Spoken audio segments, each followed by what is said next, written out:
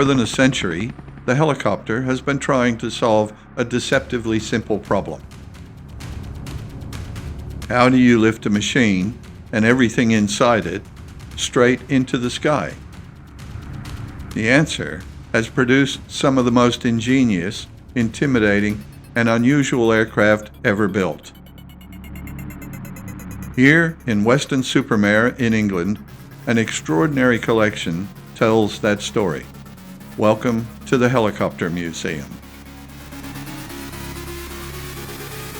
The museum is dedicated specifically to rotary-winged aviation, and its collection now contains more than 100 aircraft and autogyros.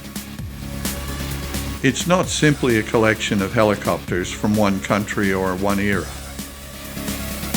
British, American, Russian, and other aircraft sit alongside one another, showing just how many different problems engineers have attempted to solve with rotating wings.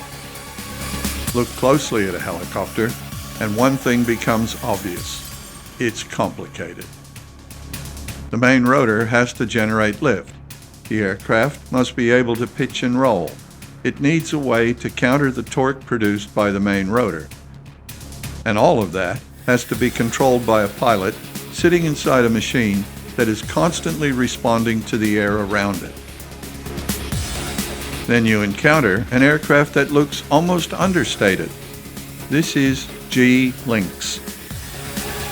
In 1986, this Westland Lynx achieved a helicopter world speed record of 400 kilometers per hour. 4 decades later, that record still stands. From pure speed, we moved to something very different. The helicopter became one of the defining machines of modern warfare. Few are more recognizable than the Bell UH-1 Huey. The museum identifies its Huey as a Vietnam veteran and highlights its association with the Tet Offensive of 1968 and later Gulf War service.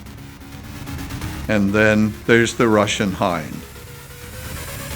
It blurs the line between helicopter and heavily armed attack aircraft. The museum identifies its Russian Hind as one of its visitor highlights. The helicopter also became a machine of convenience and prestige.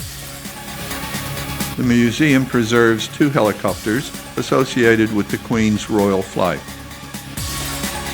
For the royal family, helicopters offered something that few other forms of transport could provide: the ability to travel quickly between locations without relying entirely on roads or conventional airports. The museum has another Russian helicopter that is famous for a totally different reason. The MIL-8 was featured in the Marvel Universe movie Black Widow, where it flew once again with the help of a giant green screen effect.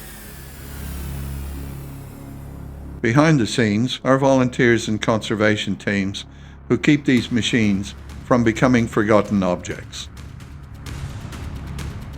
A restored helicopter may look complete from 20 meters away. Up close, the story is very different. Missing parts have to be found, materials have to be researched, systems have to be understood, and sometimes the people doing the work are effectively reconstructing knowledge as well as machinery. The helicopter is still evolving.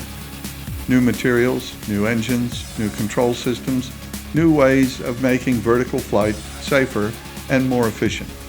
But to understand where that future is going, it helps to look back.